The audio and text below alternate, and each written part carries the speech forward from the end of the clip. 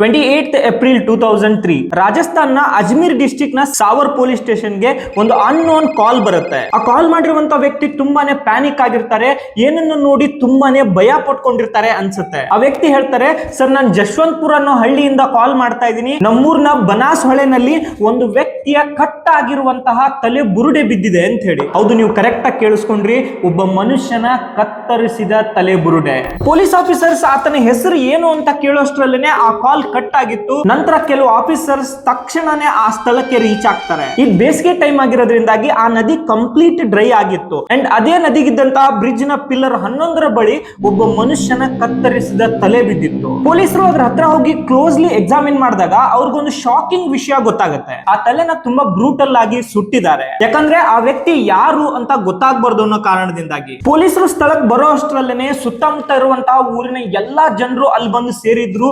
ಎಲ್ಲರ ಮುಖದಲ್ಲೂ ಒಂದು ತರನಾದಂತಹ ಭಯದ ವಾತಾವರಣನೇ ಕೂಡಿತ್ತು. ಆ ಒಂದು ಲೊಕೇಶನ್ ನ ಇನ್ಚಾರ್ಜ್ ಆಗಿದ್ದಂತಹ SHO ಸುರೇಂದ್ರ ಸಿಂಗ್ ಅವರು ಸ್ಥಳಕ್ಕೆ ಅವರ ಟೀಮ್ ಒಟ್ಟಿಗೆ ಬಂದಾಗ ಗೊತ್ತಾಗುತ್ತೆ, ಒಂದು ಒಣಗೋಗಿರುವಂತಹ ನದಿನಲ್ಲಿ ಪಿಲ್ಲರ್ ನಂಬರ್ 11 ಹತ್ರ ಒಂದು ಕಟ್ ಆಗಿರುವಂತಹ ತಲೆ ಬಿದ್ದಿರೋದ್ರ ಬಗ್ಗೆ. ಅವ್ರಿಗೆ ಸ್ಥಳದಲ್ಲಿ ಒಂದು ಮೂಟೆ ಕಟ್ಟೋದಕ್ಕೋಸ್ಕರ ಬಳಸ್ತಿದ್ದಂತಹ ಚೀಲ ಹಾಗೆ ಕೆಲವೊಂದಿಷ್ಟು ಪ್ಲಾಸ್ಟಿಕ್ ಕವರ್ಗಳು ಸಿಗ್ತವೆ. ಇವೆಲ್ಲವೂ ತುಂಬಾನೇ ರಕ್ತಸಿಕ್ತವಾಗಿದ್ವು. ಆ ಕ್ಷಣಕ್ಕೆ ಪೊಲೀಸರಿಗೆ ಒಂದು ಪ್ರಶ್ನೆ ಕಾಡ್ತಾ ಇತ್ತು, ಓಕೆ ಇಲ್ಲಿ ತಲೆ ಇದೆ ಅನ್ನೋದಾದ್ರೆ ಇದರ ಕೆಳಗಿನ ಭಾಗ ಎಲ್ಲಿದೆ ಅಂತ ಹೇಳಿ, ಅಂದ್ರೆ ಆ ಕಂಪ್ಲೀಟ್ ದೇಹ ಎಲ್ಲಿರ್ಬೋದು ಅಂತ ಹೇಳಿ. ಆ ಉಳಿದಿರುವ ದೇಹದ ಭಾಗಗಳನ್ನ ಹುಡುಕೋದಕ್ಕೋಸ್ಕರ ಪೊಲೀಸರು 4 ಕಡೆನೂ ಸ್ಪ್ರೆಡ್ ಆಗ್ತಾರೆ. ತಲೆ ಸಿಕ್ಕಿರುವಂತಹ ಸ್ಥಳದಿಂದ ಸುಮಾರು 2 ಕಿಲೋಮೀಟರ್ ದೂರದಲ್ಲಿ ಅವ್ರಿಗೆ ರಕ್ತಸಿಕ್ತವಾಗಿದ್ದಂತಹ ಒಂದು ಫುಲ್ ಸ್ಲೀವ್ ಶರ್ಟ್ ಸಿಗುತ್ತೆ. ಆ ಶರ್ಟ್ ಸಿಕ್ಕಿರುವಂತಹ ಸ್ಥಳದಿಂದ ಸುತ್ತಮುತ್ತ ಹುಡುಕಿದಾಗ ಅವ್ರಿಗೆ 2 ಪ್ಲಾಸ್ಟಿಕ್ ಬ್ಯಾಗ್ ಗಳು ಸಿಗುತ್ತೆ. ಅದ್ರ ಒಟ್ಟಿಗೆ 1-2 ಟೇಬಲ್ ಕವರ್ ಗಳು ಸಿಗುತ್ತೆ ಅಂಡ್ ಒಂದು ಪಿಲ್ಲೋ ಕವರ್ ಸಿಗುತ್ತೆ. ಅಷ್ಟರಲ್ಲೇ ಪೊಲೀಸ್ ಸ್ಟೇಷನ್ಗೆ ಇನ್ನೊಂದು ಕಾಲ್ ಬರುತ್ತೆ.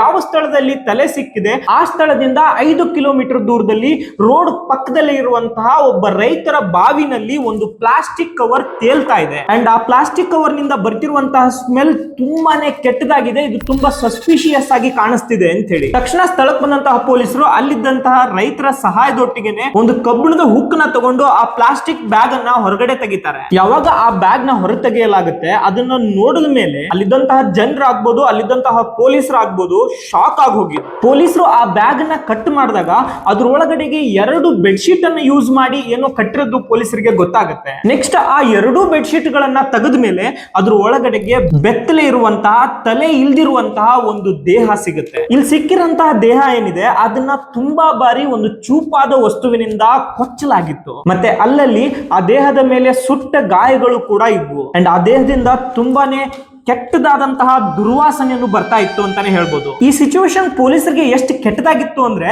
ಅಲ್ಲಿದ್ದಂತಹ ಜನರೊಟ್ಟಿಗೆ ಅಲ್ಲಿದ್ದಂತಹ ಎಷ್ಟೋ ಜನ ಪೊಲೀಸರು ವಾಮಿಟ್ ಮಾಡ್ಕೊಳ್ಳೋಕೆ ಸ್ಟಾರ್ಟ್ ಮಾಡ್ತಾರೆ. ಪೊಲೀಸರು ಆ ಬಾಡಿನ ಪೋಸ್ಟ್ ಮಾರ್ಟಮ್ ಕಳಿಸಿದ ಮೇಲೆ ಗೊತ್ತಾಗುತ್ತೆ, ಅಲ್ಲಿ ಸಿಕ್ಕಂತಹ ತಲೆ ಇಲ್ಲಿ ಸಿಕ್ಕಿರುವಂತಹ ದೇಹ ಬೇರೆ ಬೇರೆ ಪರ್ಸನ್ ಅಲ್ಲ, ಅದೆರಡು ಒಬ್ಬಂದೇ ಅಂತ ಹೇಳಿ. ನೋಡಿ, ಯಾವಾಗ ಪೊಲೀಸರಿಗೆ ಆ ಒಂದು ಸಿಕ್ಕಿರುವಂತಹ ಬಾಡಿನ ಐಡೆಂಟಿಫೈ ಮಾಡೋದು ತುಂಬಾ ಕಷ್ಟ ಅನ್ಸುತ್ತೆ, ಯಾವಾಗ ಅದು ಯಾರ್ದು ಅಂತ ಗೊತ್ತಾಗಲ್ವೋ ಪೊಲೀಸರು ಅದನ್ನ ಅಂತ್ಯ ಸಂಸ್ಕಾರ ಮಾಡಿ ಸುಟ್ಟಾಕ್ತಾರೆ. ಅಂಡ್ ಆ ದೇಹದ ಒಟ್ಟಿಗೆ ಸಿಕ್ಕಂತಹ ಎವಿಡೆನ್ಸ್ ಗಳೇನಿತ್ತು ಅದೆಲ್ಲದನ್ನು ಕಲೆಕ್ಟ್ ಮಾಡಿ ಪೊಲೀಸ್ ಸ್ಟೇಷನ್ ಅಲ್ಲಿ ಒಂದು ಮರ್ಡರ್ ಕೇಸ್ ನ ರಿಜಿಸ್ಟರ್ ಮಾಡಿಕೊಂಡು ಇನ್ವೆಸ್ಟಿಗೇಷನ್ ಸ್ಟಾರ್ಟ್ ಮಾಡ್ತಾರೆ. ನೋಡಿ, ಪೊಲೀಸರಿಗೆ ಆ ಬಾಡಿ ಯಾರ್ದು ಅಂತ ಹೇಳಿ ಗೊತ್ತಾಗಿರ್ಲಿಲ್ಲ. ಯಾಕಂದ್ರೆ ಸುತ್ತಮುತ್ತ ಇರುವಂತಹ ಯಾವುದೇ ಸ್ಟೇಷನ್ ಇಂದ ಮಿಸ್ ಆಗಿರುವಂತಹ ವ್ಯಕ್ತಿಯ ಕಂಪ್ಲೇಂಟ್ ಗಳು ಕೂಡ ಅವ್ರ ಮುಂದೆ ಬರಲ್ಲ. ಈ ಘಟನೆ ಆಗಿ 4 ದಿನ ಆದ್ಮೇಲೆ ಅಂದ್ರೆ 3rd May 2003ಗೆ ಪೊಲೀಸರು ಲೋಕಲ್ ಮೀಡಿಯಾದವ್ರನ್ನ ಕರೆದು ಅಲ್ಲಾಗಿರುವಂತಹ ಘಟನೆನ ಕಂಪ್ಲೀಟ್ ಎಕ್ಸ್ಪ್ಲೇನ್ ಮಾಡ್ತಾರೆ. ಈ ತರ ಈ ಲೊಕೇಶನ್ ಅಲ್ಲಿ ಒಂದು ಮೇಲ್ ಬಾಡಿ ಸಿಕ್ಕಿದೆ, ಅದರ ತಲೆ ಒಂದ್ ಕಡೆಗಾದ್ರೆ ಅದರ ದೇಹ ಒಂದ್ ಕಡೆಗೆ ಸಿಕ್ಕಿದೆ, ಮತ್ತೆ ಅದು ಮೋಸ್ಟ್ ಆಫ್ ದ ಬಾಡಿ ಸುಟ್ಟೋಗಿದೆ ಅನ್ನೋದ್ರ ಬಗ್ಗೆ. ಅದರೊಟ್ಟಿಗೆ ಪೊಲೀಸರು ಒಂದು ಇಂಪಾರ್ಟೆಂಟ್ ಕ್ಲೂ ಕೂಡ ಮೆನ್ಷನ್ ಮಾಡಿದ್ರು. ಏನೊಂದು ಸುಟ್ಟಿರುವಂತಹ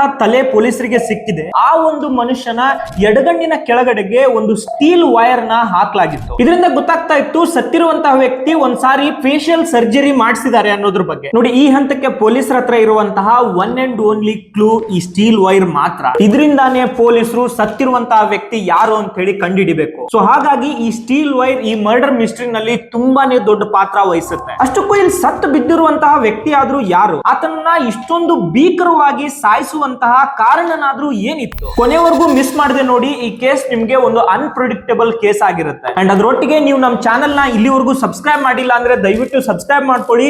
ಸೊ ಬನ್ನಿ, ಇವತ್ತಿನ ಈ ವಿಡಿಯೋದಲ್ಲಿ ನಾವು ತಿಳ್ಕೊಳಕ್ ಹೋಗ್ತಿದೀವಿ ಇಂಡಿಯಾದ ಮೋಸ್ಟ್ ಬ್ರೂಟಲ್ ಕೇಸ್ ಗಳಲ್ಲೇ ಒಂದಾದಂತ Bhavani Sharma murder case. Welcome back.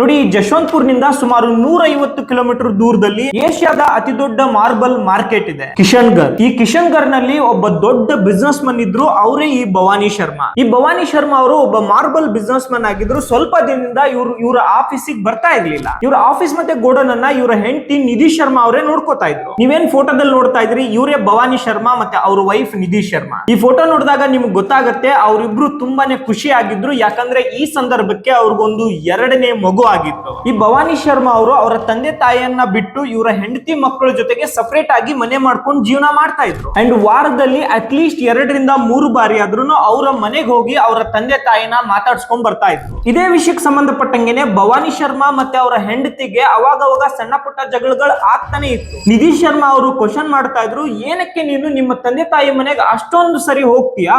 ತಿಂಗಳಲ್ಲಿ 1 ಸರಿ 2 ಸರಿ ಹೋಗಕ್ಕೆ ವಾರದಲ್ಲಿ ಅಷ್ಟೊಂದು ಬಾರಿ ಹೋಗುವಂತ ಅವಶ್ಯಕತೆ ಏನಿದೆ ಅಂತ ಹೇಳಿ. ಅಂಡ್ ಇನ್ನೊಂದು ಕಡೆಗೆ ಇದೇ ಭವಾನಿ ಶರ್ಮಾ ಅವರು ಅವರ ತಂದೆ ತಾಯಿ ಮನೆಗೆ ಹೋದಾಗ್ಲೂ ಅವರು ಹೇಳ್ತಾ ಇದ್ರು, ನೀನ್ ಹೆಂಡತಿಯ ಮಾತನ್ನ ಜಾಸ್ತಿ ಕೇಳೋದ್ರಿಂದಾಗಿನೇ ನಮ್ಮ ಮನೆಗೆ ಬರೋದನ್ನ ಕಡಿಮೆ ಮಾಡ್ತಿದ್ಯಾ ಅಂತ ಹೇಳಿ. ಈ ಕಾರಣದಿಂದಾಗಿ ಮನೆಯಲ್ಲಿ ಸಣ್ಣ ಪುಟ್ಟ ಗಲಾಟೆಗಳು ಆಗ್ತಾನೆ ಇತ್ತು. ಇದನ್ನ ಹೊರತುಪಡಿಸಿದ್ರೆ ಅವ್ರ ಮನೆಯಲ್ಲಿ ಅವರೆಲ್ಲರೂ ತುಂಬಾನೇ ಚೆನ್ನಾಗಿದ್ರು. ಒಳ್ಳೆ ಮನೆ, ಒಳ್ಳೆ ಬಿಸ್ನೆಸ್ ನಡೀತಾ ಇತ್ತು, ಒಳ್ಳೆ ಮಕ್ಕಳು ಇದ್ರು. ಅದ್ರೊಟ್ಟಿಗೆ ನಿಧಿ ಶರ್ಮಾ ಮತ್ತೆ ಭವಾನಿ ಶರ್ಮಾ ಒಬ್ಬರನ್ನ ಒಬ್ರು ತುಂಬಾನೇ ಇಷ್ಟ ಪಡ್ತಾ ಇದ್ರು. ಹೊರಗಡೆಯಿಂದ ನೋಡುವಂತವ್ರಿಗೆ ಇದೊಂದು ವೆಲ್ ಸೆಟಲ್ ಆಗಿರುವಂತಹ ಬ್ಯೂಟಿಫುಲ್ ಫ್ಯಾಮಿಲಿ ಅಂತಾನೆ ಹೇಳ್ಬೋದು. 25th ಏಪ್ರಿಲ್ 2003ಗೆ ಭವಾನಿ ಶರ್ಮಾ ಅವರು ಅವರ ತಂದೆ ತಾಯಿಯರನ್ನ ಮೀಟ್ ಆಗೋದಕ್ಕೂ ಕೂಡ ಅವ್ರ ಮನೆಗೆ ಹೋಗಿದ್ರು. ಅಂಡ್ ರಿಟರ್ನ್ ಅಲ್ಲಿಂದ ಬಂದ ಮೇಲೆ ನಾನು ಮನೆಗೆ ರೀಚ್ ಆಗಿದ್ದೀನಿ ಅಂತಾನು ಕೂಡ ಅವರ ತಂದೆ ತಾಯಿ ಕಾಲ್ ಮಾಡಿ ಹೇಳಿರ್ತಾರೆ. ಆದ್ರೆ ಈ ಕಾಲ್ ಆದ್ಮೇಲೆ ಭವಾನಿ ಅವರು ಮತ್ತೆ ಅವರ ತಂದೆ ತಾಯಿ ಕಾಲ್ ಮಾಡೋದಿರ್ಲಿ, ಅಲ್ಲಿ ಹೋಗೋದಾಗ್ಲಿ, ಅವ್ರನ್ನ ಮಾತಾಡ್ಸೋದಾಗ್ಲಿ, ಅದೆಲ್ಲದೂ ಕೂಡ ನಿಂತೋಗುತ್ತೆ. ಅವ್ರ ತಂದೆ ದುರ್ಗಾ ಪ್ರಸಾದ್ ಮತ್ತೆ ಅವರ ತಾಯಿ ಬೌರಿ ದೇವಿ ಅವ್ರಿಗೆ ಇದು ಒಂದು ತರದ ಟೆನ್ಷನ್ ಆಗಿತ್ತು. ಯಾಕೆ ಮನೆಗೆ ಮಗ ಬರ್ತಿಲ್ಲ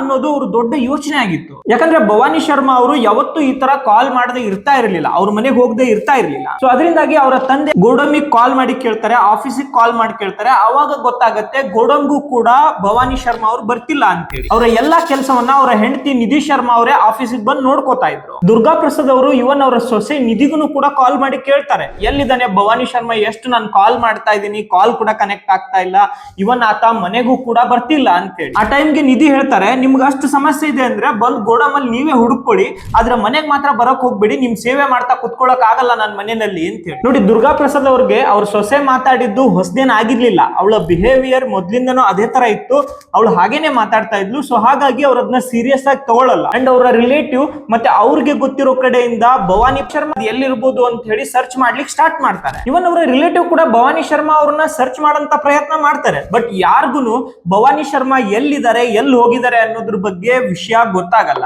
ಈ ಹಂತಕ್ಕೆ ನಿಮ್ಗೆ ಅನಿಸ್ತಾ ಇರಬಹುದು, ನಿಧಿ ಶರ್ಮಾ ಏನಕ್ಕೆ ತನ್ನ ಗಂಡನನ್ನ ಹುಡುಕ್ತಾ ಇಲ್ಲ, ಅವಳು ಏನಕ್ಕೆ ಸೀರಿಯಸ್ ಆಗಿಲ್ಲ ಅಂತ ಹೇಳಿ. ಆಕ್ಚುಲಿ ಅವಳು ಕೂಡ ಗಂಡನನ್ನ ಹುಡುಕ್ತಾ ಇದ್ಲು, ಆದ್ರೆ ಅವಳು ಯಾವುದೇ ಕಾರಣಕ್ಕೂ ತಮ್ಮ ಮಾವನ ಕಡೆಯಿಂದ ಹೆಲ್ಪ್ ತಗೊಳ್ಳೋದಕ್ಕೆ ರೆಡಿ ಇರ್ಲಿಲ್ಲ. ಭವಾನಿ ಅವರ ತಂದೆ ದುರ್ಗಾ ಪ್ರಸಾದ್ ಹೇಗೆ ಅವ್ರಿಗೆ ಗೊತ್ತಿರೋರ ಕಡೆಯಿಂದ ಹುಡುಕಕ್ ಸ್ಟಾರ್ಟ್ ಮಾಡಿದ್ರು, ಅದೇ ತರನೇ ನಿಧಿ ಶರ್ಮಾ ಅವರಿಗೆ ಗೊತ್ತಿರುವಂತಹ ರಿಲೇಟಿವ್ ಅಂದ್ರೆ ಅವರ ತಮ್ಮನನ್ನ ಮತ್ತೆ ಅವರ ಡ್ರೈವರ್ ನ ಯೂಸ್ ಮಾಡಿ ಭವಾನಿ ಶರ್ಮಾ ಅವ್ರನ್ನ ಹುಡುಕ್ಲಿಕ್ಕೆ ಸ್ಟಾರ್ಟ್ ಮಾಡಿದ್ರು. ಭವಾನಿ ಶರ್ಮಾ ಅವರ ತಂದೆ ದುರ್ಗಾ ಪ್ರಸಾದ್ ಅವ್ರಿಗೆ ಡೈಲಿ ನ್ಯೂಸ್ ಪೇಪರ್ ಓದುವಂತಹ ಹವ್ಯಾಸ ಇತ್ತು. 4th May 2003ಗೆ ಅವರ ದಿನನಿತ್ಯದ ಹವ್ಯಾಸದಂಗೆ ಅವರು ನ್ಯೂಸ್ ಪೇಪರ್ ನ ತಗೊಂಡು ಓದ್ಲಿಕ್ಕೆ ಸ್ಟಾರ್ಟ್ ಮಾಡ್ತಾರೆ. ಅವತ್ತು ಅವರು ಓದಿದಂತ ನ್ಯೂಸ್ ಏನಿದೆ, ಆ ಕ್ಷಣಕ್ಕೆ ಅವರ ಎದೆ ಬಡಿತನ ಒಂದು ಕ್ಷಣಕ್ಕೆ ನಿಲ್ಸಿತ್ತು ಅಂತಾನೆ ಹೇಳ್ಬೋದು. ತಕ್ಷಣ ಅವರು ಸ್ಥಳದಲ್ಲೇ ಕುಸಿದು ಬೀಳ್ತಾರೆ, ತನ್ನ ಹೆಂಡತಿಯನ್ನ ಜೋರಾಗಿ ಕೂಗ್ಲಿಕ್ಕೆ ಸ್ಟಾರ್ಟ್ ಮಾಡ್ತಾರೆ. ಅಷ್ಟಕ್ಕೂ ದುರ್ಗಾ ಪ್ರಸಾದ್ ಅವರು ನ್ಯೂಸ್ ಅಲ್ಲಿ ಏನ್ ಓದಿದ್ರು, ಈ ನ್ಯೂಸ್ ಬೇರೆ ಯಾವುದೇ ನ್ಯೂಸ್ ಆಗಿರ್ಲಿಲ್ಲ. ಜಶವಂತಪುರ್ ನಲ್ಲಿ ಯಾವ ಅನ್ಐಡೆಂಟಿಫೈಡ್ ಬಾಡಿ ಬಗ್ಗೆ ಪೊಲೀಸರು ತಿಳ್ಕೋಬೇಕು ಅಂತ ಹೇಳಿ ಪೇಪರ್ ಅಲ್ಲಿ ಹಾಕ್ಸಿದ್ರು, ಅದೇ ನ್ಯೂಸ್ ಆಗಿತ್ತು. ಒಂದ್ಸರಿ ಆ ನ್ಯೂಸ್ ನಾನು ನಿಮ್ಗೆ ರೀಕಾಲ್ ಮಾಡ್ತೀನಿ. 3rd May 2003 ಸವರ್ ಪೊಲೀಸ್ ಅಧಿಕಾರಿಗಳ ಮಾಹಿತಿ ಪ್ರಕಾರ ಕೆಲ ದಿನಗಳ ಹಿಂದೆ ಜಶವಂತಪುರ ಗ್ರಾಮದ ಸಮೀಪ ಬಾನಸ್ ರಿವರ್ ನ ತಳಮಟ್ಟದಲ್ಲಿ ಸುಟ್ಟು ಮತ್ತು ಕತ್ತರಿಸಿದ ಒಂದು ಮಾನವನ ತಲೆ ಪತ್ತೆಯಾಗಿದ್ದು, ತನಿಖೆಯ ವೇಳೆ ಆ ತಲೆಯ ಲೆಫ್ಟ್ ಐ ಕೆಳಭಾಗದಲ್ಲಿ ಒಂದು ಸ್ಟೀಲ್ ವೈರ್ ಕಂಡು ಬಂದಿದ್ದು, ಈ ಮೃತ ವ್ಯಕ್ತಿಯ ಗುರುತು ಪತ್ತೆ ಮಾಡಲು ಇದೊಂದು ಪ್ರಮುಖ ಸುಳಿವಾಗಬಹುದೆಂದು ಪೊಲೀಸರು ತಿಳಿಸಿರುತ್ತಾರೆ. ಅದರೊಟ್ಟಿಗೆ ಕೈಯಲ್ಲಿ ಒಂದು ತರದ ಕೆಂಪು ದಾರವನ್ನು ಕೂಡ ಕಟ್ಟಲಾಗಿತ್ತು ಅಂತ ಹೇಳಿ ಬರೆದಿತ್ತು. ಯಾವಾಗ ದುರ್ಗಾ ಪ್ರಸಾದ್ ಅವರು ಈ ನ್ಯೂಸ್ ನ ಓದ್ತಾರೆ, ಅವ್ರಿಗೆ ಅನ್ಸಕ್ ಸ್ಟಾರ್ಟ್ ಆಗತ್ತೆ, ನನ್ನ ಮಗನ ದೇಹನೇ ಇದು ಆಗಿರ್ಬೋದು ಅಂತ ಹೇಳಿ. ಯಾಕಂದ್ರೆ ಅವ್ರ ಮಗ ಭವಾನಿ ಶರ್ಮಾ ಅವ್ರಿಗೂ ಕೂಡ ಲೆಫ್ಟ್ ಐನ ಕೆಳಗಡೆ ಈ ತರದ ವೈರ್ ನ ಹಾಕ್ಸಲಾಗಿತ್ತು. ಸುಮಾರು ವರ್ಷಗಳ ಹಿಂದೆ ಭವಾನಿ ಶರ್ಮಾ ಅವ್ರಿಗೆ ಆಕ್ಸಿಡೆಂಟ್ ಆದಾಗ ಅವರ ಮುಖಕ್ಕೆ ಈ ವೈರ್ ಅನ್ನ ದೆಹಲಿಯ ಸರ್ಗಂಗಾ ಹಾಸ್ಪಿಟಲ್ ನಲ್ಲಿ ಆಪರೇಷನ್ ಮಾಡಿ ಹಾಕಲಾಗಿತ್ತು. ಸೊ ಈಗ ಓದಿರುವಂತಹ ನ್ಯೂಸ್ ಕೂಡ ಸಿಮಿಲರ್ ಏಜ್ ಮತ್ತೆ ಸಿಮಿಲರ್ ಪರ್ಟಿಕ್ಯುಲರ್ ಸರ್ಜರಿಯ ಬಗ್ಗೆನೂ ಕೂಡ ಅದರಲ್ಲಿ ಮೆನ್ಷನ್ ಆಗಿದೆ. ದುರ್ಗಾ ಪ್ರಸಾದ್ ಅವರು ಈ ವಿಷಯನ ತಮ್ಮ 3 ಜನ ಮಕ್ಕಳಿಗೂ ಹೇಳ್ತಾರೆ, ಅದ್ರೊಟ್ಟಿಗೆ ತಮ್ಮ ಎಲ್ಲಾ ಫ್ರೆಂಡ್ಸ್ ಹೇಳ್ಕೊತಾರೆ, ತಮ್ಮ ಸೊಸೆಗೂ ಕೂಡ ಕಾಲ್ ಮಾಡಿ ಈ ವಿಷಯನ ಎಕ್ಸ್ಪ್ಲೇನ್ ಮಾಡ್ತಾರೆ. ತಕ್ಷಣ ಎಲ್ಲರೂ ದುರ್ಗಾ ಪ್ರಸಾದ್ ಅವರ ಮನೆಗೆ ರೀಚ್ ಆಗ್ತಾರೆ. ಅಲ್ಲಿಂದ ಎಲ್ಲರೂ ಸಾವರ್ ಪೊಲೀಸ್ ಸ್ಟೇಷನ್ಗೆ ಹೊರಡ್ತಾರೆ.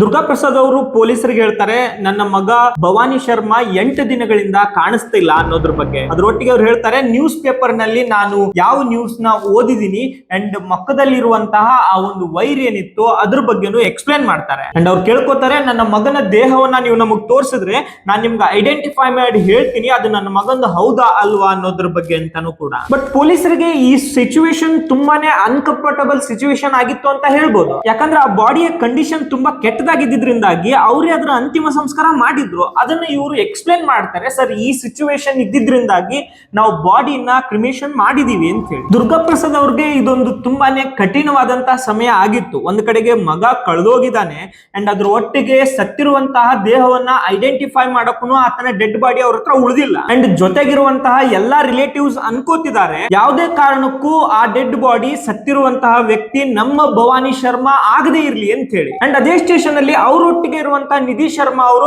ಆರಾಮಾಗಿದ್ದಾರೆ, ಅವರಲ್ಲಿ ಯಾವುದೇ ಟೆನ್ಷನ್ ಕಾಣಿಸ್ತಾ ಇಲ್ಲ. ಒಂದು ಕಡೆಗೆ ಆರಾಮಾಗಿ ಅವರು ಕೂತ್ಕೊಂಡಿದ್ದಾರೆ. ಅವ್ರು ಅನ್ಕೊಂಡಿದ್ರು ಅನ್ಸುತ್ತೆ ಎಲ್ಲಾದ್ರೂ ಹೋಗಿರ್ತಾನೆ, ಸತ್ತಿರಕ್ ಸಾಧ್ಯ ಇಲ್ಲ, ಮೇ ಬಿ ಬರ್ಬೋದು, ಎಲ್ಲಾದ್ರೂ ಹೋಗಿರ್ತಾನೆ ಅಂತ ಹೇಳಿ. ಅಂಡ್ ಅಲ್ಲಿದ್ದಂತ ಇನ್ವೆಸ್ಟಿಗೇಷನ್ ಆಫೀಸರ್ ಹೇಳ್ತಾರೆ, ನೋಡಿ ಅವರ ದೇಹವನ್ನ ನಾವು ಸುಟ್ಟಾಕಿದೀವಿ, ಬಟ್ ಅವರ ದೇಹದ ಜೊತೆಗೆ ಸಿಕ್ಕಂತಹ ಎವಿಡೆನ್ಸ್ ಏನಿದಾವೆ ಅದೆಲ್ಲದನ್ನು ಕೂಡ ನಾವು ಸ್ಟೋರ್ ಮಾಡಿ ಇಟ್ಟಿದೀವಿ. ನೀವು ಓಕೆ ಇದ್ದೀರಿ, ಅದನ್ನ ನೋಡಿ ಐಡೆಂಟಿಫೈ ಮಾಡ್ತೀರಿ ಅನ್ನೋದಾದ್ರೆ ಅದನ್ನ ತಗೊಂಡ್ಬಂದು ನಿಮ್ಗೆ ತೋರಿಸ್ತೀವಿ ಅಂತಾನು ಕೂಡ ಹೇಳ್ತಾರೆ. ನೆಕ್ಸ್ಟ್ ಪೊಲೀಸರು ಎವಿಡೆನ್ಸ್ ರೂಮ್ ಹೋಗಿ ಆ ಎಲ್ಲ ಎವಿಡೆನ್ಸ್ ಗಳನ್ನ ತಗೊಂಡ್ಬಂದು ಇವ್ರ ಮುಂದೆ ಇಡ್ತಾರೆ. ಆ ಒಂದು ರಕ್ತಗೊಂಡಿದ್ದಂತಹ ಶರ್ಟ್ ಮತ್ತೆ ಮೂಟೆ ಕಟ್ಟಕ್ ಬಳಸಿದಂತಹ ಬೆಡ್ಶೀಟ್ ಗಳು ಮತ್ತೆ ಅಲ್ಲಿ ಸಿಕ್ಕಿದ್ದಂತಹ ಪ್ಲಾಸ್ಟಿಕ್ ಕವರ್ ಗಳು ಅಂಡ್ ಅವರ ಮುಖದಲ್ಲಿದ್ದಂತಹ ಆ ಸ್ಟೀಲ್ ವೈರ್ ನ ಅವ್ರ ಮುಂದೆ ತಗೊಂಡ್ಬಂದು ಇಟ್ಟಾಗ ಇಷ್ಟೊತ್ತವರೆಗೂ ಎಲ್ಲಿ ಹೋಗಿದ್ದಾನೆ ಬರ್ಬೋದು ಅನ್ನೋ ತರ ಆರಾಮಾಗಿ ಕೂತಿದ್ದಂತಹ ನಿಧಿ ಶರ್ಮಾ ನಿಧಾನವಾಗಿ ಎದ್ದು ಅವುಗಳನ್ನ ಬಂದು ನೋಡ್ಲಿಕ್ಕೆ ಸ್ಟಾರ್ಟ್ ಮಾಡ್ತಾರೆ. ಆ ಶರ್ಟ್ ನ ನೋಡಿ ನಿಧಿ ಶರ್ಮಾ ಜೋರಾಗಿ ಅಳಲಿಕ್ಕೆ ಸ್ಟಾರ್ಟ್ ಮಾಡ್ತಾರೆ. ಈಗ ಅವ್ರಿಗೆ ಅನ್ಸ್ಲಿಕ್ಕೆ ಸ್ಟಾರ್ಟ್ ಆಗುತ್ತೆ ಸತ್ತಿರುವಂತಹ ವ್ಯಕ್ತಿ ನನ್ನ ಗಂಡನೇ ಅಂತ ಹೇಳಿ. ನಿಧಿ ಶರ್ಮಾ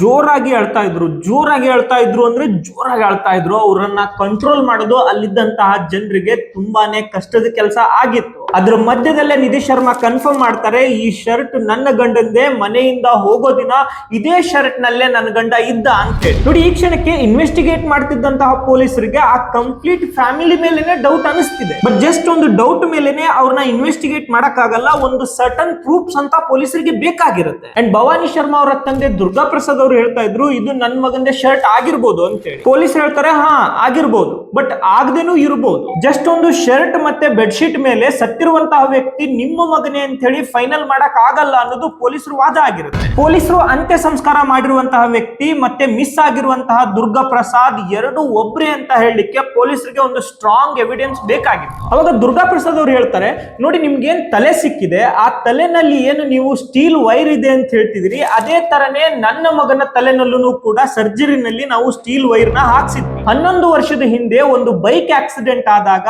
ಆತನಿಗೆ ಕೆನ್ನೆನಲ್ಲಿರುವಂತಹ ಮೂಳೆ ಮುರಿದೋಗಿತ್ತು. ಆ ಮೂಳೆನ ಫಿಕ್ಸ್ ಮಾಡೋದಕ್ಕೋಸ್ಕರ ಡೆಲ್ಲಿ ಹಾಸ್ಪಿಟಲ್ ನಲ್ಲಿ ನಾವು ಆತನಿಗೆ ಸರ್ಜರಿಯನ್ನ ಮಾಡಿಸಿದ್ವಿ. ನಿಮ್ಗೆ ಬೇಕು ಅನ್ನೋದಾದ್ರೆ ಈ ಕನ್ಫರ್ಮೇಶನ್ಗೆ ನಾನು ಆಪರೇಷನ್ ಮಾಡಿಸಿದಂತಹ ಡಾಕ್ಯುಮೆಂಟ್ಸ್ ಅದರೊಟ್ಟಿಗೆ ಆಪರೇಷನ್ ಮಾಡಿದಂತಹ ಡಾಕ್ಟರ್ ಡೀಟೇಲ್ಸ್ ಕೂಡ ಕೊಡ್ತೀನಿ ಅಂತ ಹೇಳ್ತಾರೆ. ಆ ಡಾಕ್ಟರ್ ಜೊತೆಗೆ ಕಮ್ಯುನಿಕೇಟ್ ಮಾಡಿದಾಗ ಪೊಲೀಸರಿಗೆ ಗೊತ್ತಾಗುತ್ತೆ ಇಲ್ಲಿವರೆಗೂ ಆ ಡಾಕ್ಟರ್ ರಾಜಸ್ಥಾನದಲ್ಲಿ 3 ಜನರಿಗೆ ಈ ಸರ್ಜರಿ ಮಾಡಿದ್ದಾರೆ ಅನ್ನೋದ್ರ ಬಗ್ಗೆ. ಅಂಡ್ ಆ 3 ಜನರ ಡೀಟೇಲ್ಸ್ ತಗೊಂಡಾಗ ಆ 3 ಜನದಲ್ಲಿ ಒಬ್ಬರ ಡೀಟೇಲ್ಸ್ ಇದೇ ಭವಾನಿ ಶರ್ಮಾ ಅವರದ್ದಾಗಿರುತ್ತೆ. ಅಂಡ್ ಇನ್ 2 ಜನರಿಗೆ ಕಾಂಟ್ಯಾಕ್ಟ್ ಮಾಡ್ತಾರೆ, ಆ 2 ಜನರು ಇನ್ನೂ ಬದುಕೇ ಇದ್ರು. ಸೊ ಇಲ್ಲಿಗೆ ಪೊಲೀಸರಿಗೆ ಕನ್ಫರ್ಮ್ ಆಗುತ್ತೆ ಸತ್ತಿರುವಂತಹ ವ್ಯಕ್ತಿ ಮತ್ತೆ ನಾವು ಸುಟ್ಟಿರುವಂತಹ ವ್ಯಕ್ತಿ ಮತ್ತೆ ಮಿಸ್ ಆಗಿರುವಂತಹ ವ್ಯಕ್ತಿ ಬೇರೆ ಯಾರು ಅಲ್ಲ, ಅದು ಇದೇ ಭವಾನಿ ಶರ್ಮಾ ಅಂತ ಹೇಳಿ.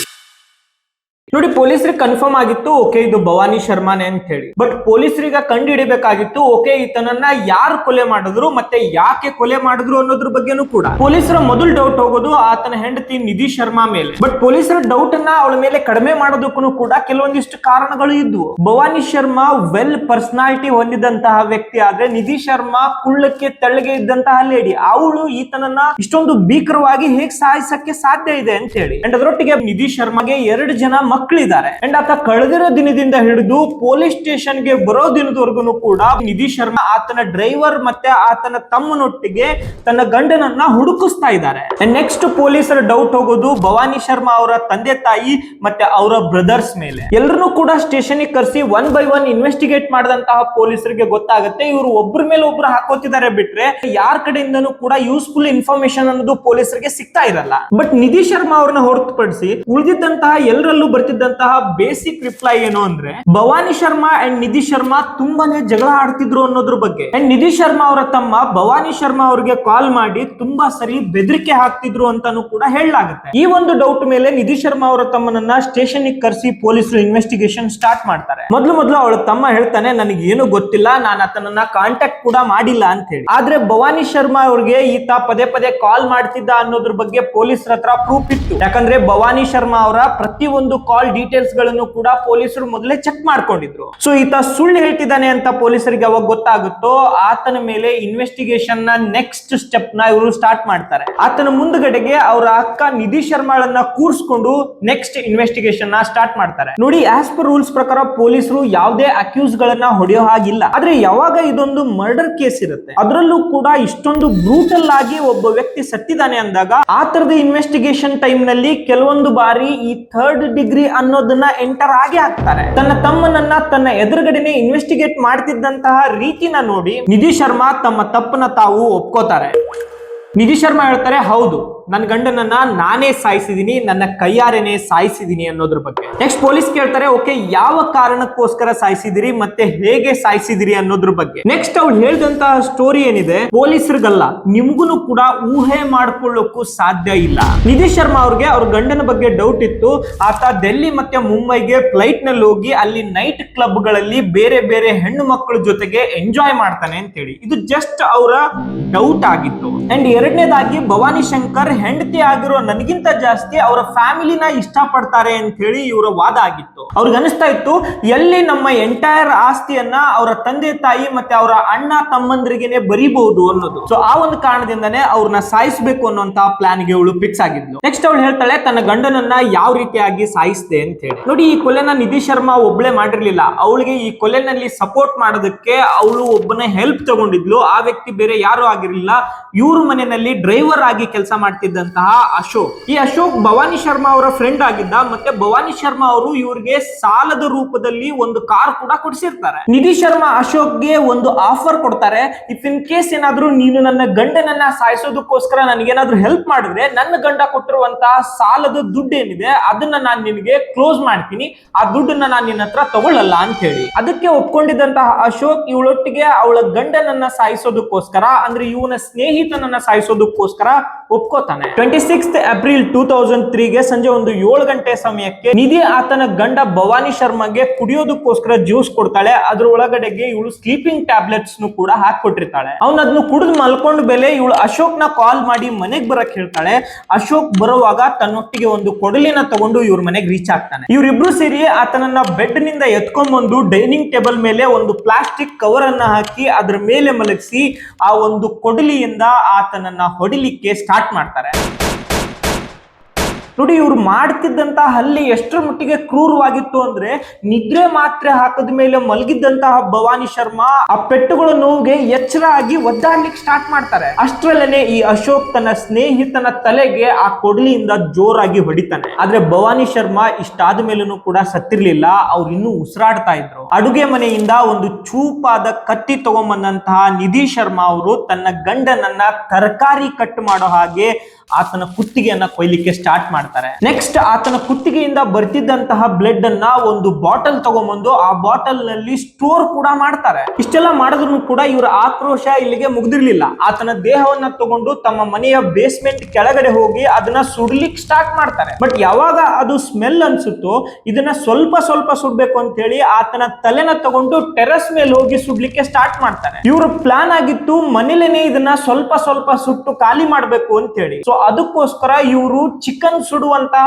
ಬರ್ನರ್ ನ ತಗೊಂಡ್ಬಂದು ಮನೇಲಿ ಇಟ್ಕೊಂಡು ಪ್ರಿಪೇರ್ ಆಗಿದ್ರು. ಆದ್ರೆ ಯಾವಾಗ ಇವರು ತಲೆನ ಸುಡ್ಲಿಕ್ಕೆ ಸ್ಟಾರ್ಟ್ ಮಾಡ್ತಾರೋ ಅದು ಕನ್ಸ್ಯೂಮ್ ಮಾಡುವಂತಹ ಟೈಮ್ ಬಗ್ಗೆ ಇವರು ಯೋಚನೆ ಮಾಡಿರ್ಲಿಲ್ಲ. ಆ ತಲೆನ ಇವರು ಎಷ್ಟರ ಮಟ್ಟಿಗೆ ಸುಟ್ಟಿದ್ರು ಅಂದ್ರೆ ಅದು ಒಂದು ತರನಾದಂತಹ ಸುಟ್ಟಿರುವ ಮಾಂಸದ ಮುದ್ದೆ ತರ ಕಾಣಿಸ್ತಾ ಇತ್ತು. ಯಾರಿಂದನೂ ಇದನ್ನ ಒಂದು ತಲೆ ಅಂತ ಹೇಳಿ ರೆಕಗ್ನೈಸ್ ಮಾಡೋಕ್ ಆಗಲ್ಲ ಅನ್ನೋಂತ ನಂಬಿಕೆ ಇವ್ರಿಗಿತ್ತು. ನೆಕ್ಸ್ಟ್ ಅವರು ಆ ತಲೆ ಮತ್ತೆ ಆ ದೇಹವನ್ನ ಕೆಲವೊಂದಿಷ್ಟು ಬೆಡ್ಶೀಟ್ ಗಳಲ್ಲಿ ಸುತ್ತಕೊಂಡು ತಮ್ಮ ಕಾರ್ನ ಡಿಕ್ಕಿನಲ್ಲಿ ಹಾಕೊಂಡು ವೇಟ್ ಮಾಡ್ತಾ ಇದ್ರು. ಅಂಡ್ ಮನೇಲಿದ್ದಂತಹ ಎಲ್ಲಾ ಬ್ಲಡ್ ಅನ್ನ ಆ ಒಂದು ಬ್ಲಡ್ ಸ್ಟೋರ್ ಮಾಡಿದಂತಹ ಬಾಟಲ್ ಗೆ ಹಾಕೋತಾರೆ. ಮಧ್ಯರಾತ್ರಿ ಕಾರ್ನಲ್ಲಿರುವಂತಹ ದೇಹವನ್ನ ವಿಲೇವಾರಿ ಮಾಡೋದಕ್ಕೋಸ್ಕರ ತಮ್ಮ ಮನೆಯಿಂದ ಫಾರೆಸ್ಟ್ ಕಡೆಗೆ ಇವರಿಬ್ರು ಹೊರಡ್ತಾರೆ. ಹೋಗೋ ದಾರಿನಲ್ಲೇ ಇವ್ರು ತಂದಿದ್ದಂತಹ ಕೊಡಲಿನ ಒಂದು ದೊಡ್ಡ ಮರದ ಕೆಳಗಡೆ ಇವ್ರು ಬಿಸಾಕ್ತಾರೆ. ಇವ್ರ ಪ್ಲಾನ್ ಆಗಿತ್ತು ಈ ದೇಹದ ಭಾಗಗಳನ್ನ ಬನಾಸ್ ನದಿನಲ್ಲಿ ನಾವು ಬಿಸಾಕ್ ಹೋಗೋಣ ಅಂತ ಹೇಳಿ. ಬಟ್ ಯಾವಾಗ ಇವರು ಬನಾಸ್ ನದಿಗೆ ಹೋಗ್ಲಿಕ್ಕೆ ಸ್ಟಾರ್ಟ್ ಮಾಡ್ತಾರೆ, ಮಧ್ಯ ರಸ್ತೆಯಲ್ಲೇನೆ ಇವ್ರಿಗೊಂದು ಪೊಲೀಸ್ ಜೀಪ್ ಅಡ್ಡಿ ಆಗುತ್ತೆ. ಇವ್ರಿಗೆ ಆ ಪೊಲೀಸ್ ಜೀಪ್ ನೋಡಿದ ತಕ್ಷಣ ನಮ್ಮನ್ನೇ ಹಿಡಿಯೋದಕ್ಕೆ ಬಂದಿದ್ದಾರೇನೋ ಅನ್ನುವಂತಹ ಭಯ ಸ್ಟಾರ್ಟ್ ಆಗುತ್ತೆ. ತಕ್ಷಣ ಆ ಬಾಡಿನ